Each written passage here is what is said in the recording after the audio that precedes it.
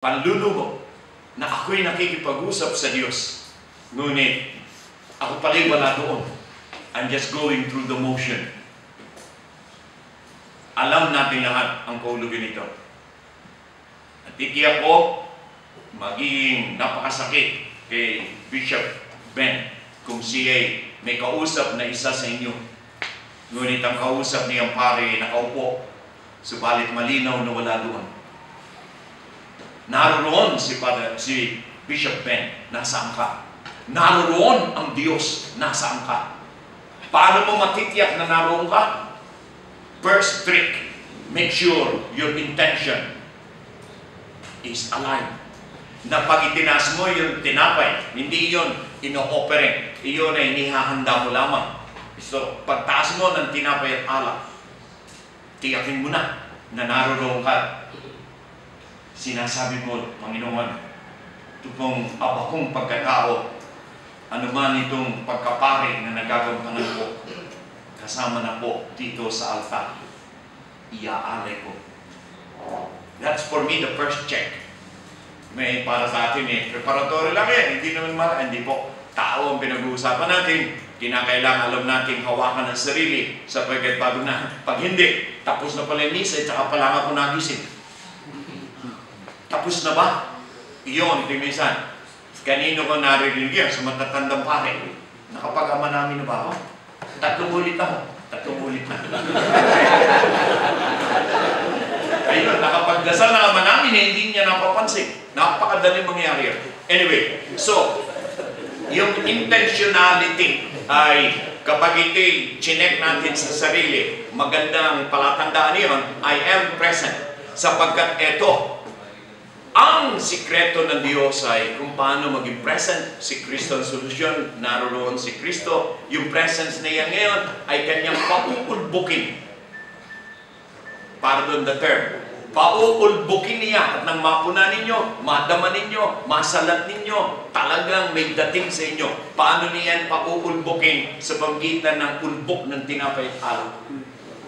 Bakit ko sinabing ulbok? Sapagkat sa isang patag na ibabaw, hindi ka matatawagan ng pansin kung pantay na pantay. Pero pag biglang sa gitna ng lamesa may umulbok, ay talaga magugulantang ka na. Kaya yun, ang Panginoon ay naroon. Tiyakin mong naroon ka, meron siyang gagawin. Gagawa siya ng himala. Pauulbukin niya yung mesa sa harap mo. Ayan. Okay, eto ito. Nagpatuloy, dasal. At dumating doon sa punto na tinatawag nating konsagrasyon. Okay, tinatawag natin konsagrasyon. Yung tinatawag technically, liturgically as the narration of the Lord's Supper.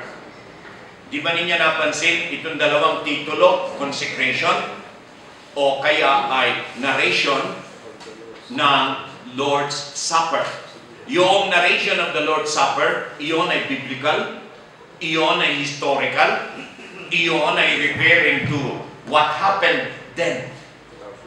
At kung inyong titingnan mabuti, yung tinatawag nating consecration is a narration. It's a narrative. Noong gabing ipagkanulo siya, time. What? Kinuha niya ang tinapay. Ayun. Anong ginawa niya? Anong sinabi niya? Bakit? Ayon sa kanya. Ano po ang kanyang inyutos? Ito'y pagsasalaysay. Kung kaya technically, it is a narration. And that is directly taken out of sacred scripture.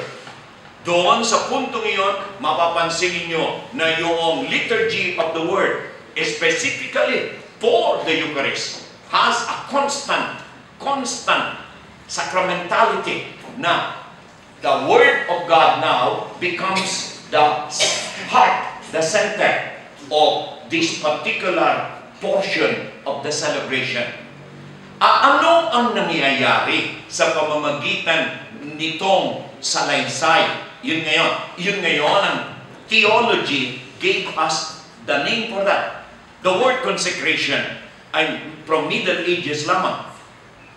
At nanggaling yan sa theology at ito'y interpretasyon kung ano yung nangyayari nang isalaysay yung ginawa ni Jesus sa huling hapunan. Ang tawag ng theology ay consecration. Yan. Ngayon, itong consecration na ito ay nagkaroon ng iba pang kahulugan. Hindi lamang pagpapakahulugan sa sinasalaysay, kaugnay ng huling hapunan. Ang konsekrasyon ay naging dahilan kung bakit ang kaparian ay walang pwedeng maging kapalit. Nagkaroon ngayon ng ibang dimension. The theology of consecration became a principal weapon in the defense of the priesthood against erroneous teachings. Sapagkat ang dahilan kung bakit anuman ang kakulangan ng kaparian, gaano man karami at kahindik-hindik ang kasalanan ng kaparian, ang tanging kaparian ang meron dalawang potestates. Potestas consecrandi, potestas absolvendi. Kapag nawala yan, at wala yan kung walang pare na naordinahan, ang tao ay mananatiling nababalot ng kasalanan. Kung wala ang pare, mananatiling wala yung potestas consecrandi na kung saan ang pinakahiwaga ng pag-ibig ng Diyos na si Kristo'y naririto sa kaniyang sakramento na Eucharistia na hindi na mangyayari kung kaya't wala na ngayon na magiging karapat-dapat na pag-aalay ang sangkatauhan. Kaya itong word na consacrare, ito'y pinagdiinan sa kasaysayan upang bigyan din ang kahalagahan ng pare sa kabila ng anumang kapintasan. Yun yan. So it became a tool for, shall we say, defense, polemics. Ngunit, sa ibang bansa, sa ibang wika, hindi konsakrasyon